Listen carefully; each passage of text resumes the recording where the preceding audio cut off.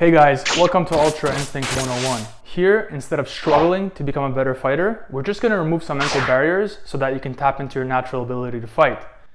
You're at the boxing gym, people begin to spar, these two guys are going at it hard, you're in the corner there, you're watching the fight, you're all excited, part of you wants to join, the other part of you starts to feel a creeping panic attack materializing in your chest.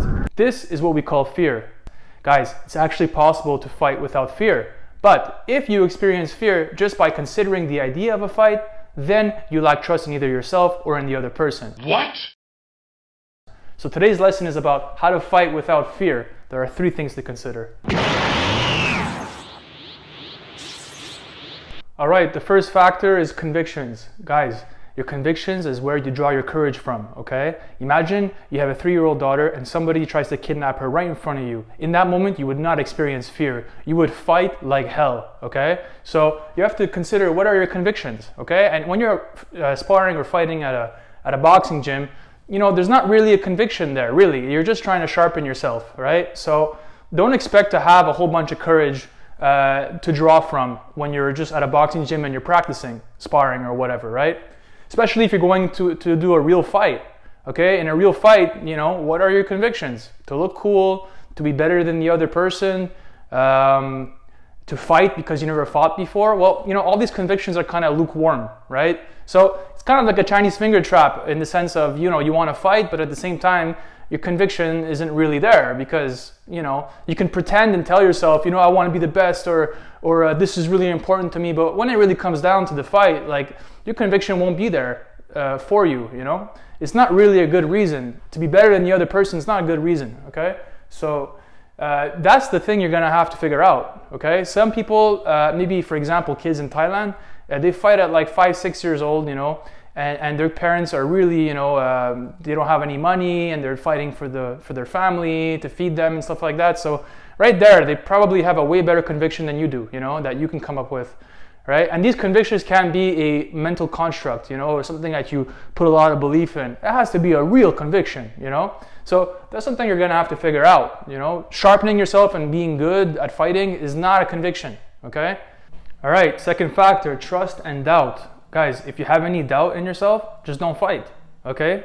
Just keep refining your techniques. It might take 5 years, it might take 10 years. Just have the patience and don't fight and just wait, okay?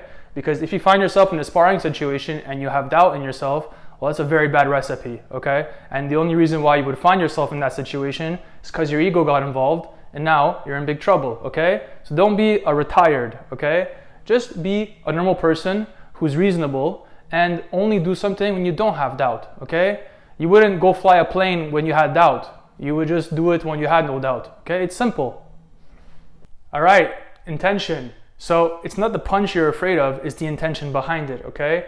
If you were to give a complete stranger your wallet with, you know, a lot of money in it, you would automatically feel a certain level of anxiety, okay? Because you don't know what their intention is, whether it's good or bad. So just for the very fact that you don't know their intention, well, you're gonna have some sort of level of anxiety. Well, the same thing is true in fighting, okay? If you go and you spar people you don't know all the time, well, you're going to for sure experience a certain level of anxiety and fear because even if their intentions are good, you don't know that, okay? Because you don't know them, all right? So you stick with the people that you do know and that you do know also that you can trust them, because you can also know some people that you can't trust. So you just stick with the people that you know and you trust and you should be fine, okay? And from there, you guys can, you know, spar and you could pick up the level and then slowly with time, you build like your foundation for fighting. And then occasionally you can throw in an unknown factor in there just to test yourself and see how that goes, but only very occasionally.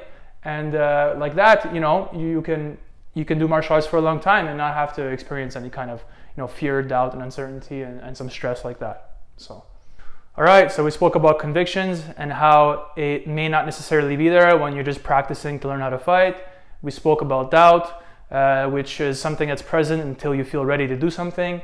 And we spoke about intention, which is what you really fear and not the attack itself, okay? But attached to all of these things, there's an ego factor. So I'm gonna make another video where we can take a closer look at that and see how maybe that may be getting in our way, okay? So follow, like, hit the bell notification when you wanna see if that video is uploaded, and that's about it. I'll see you guys another time.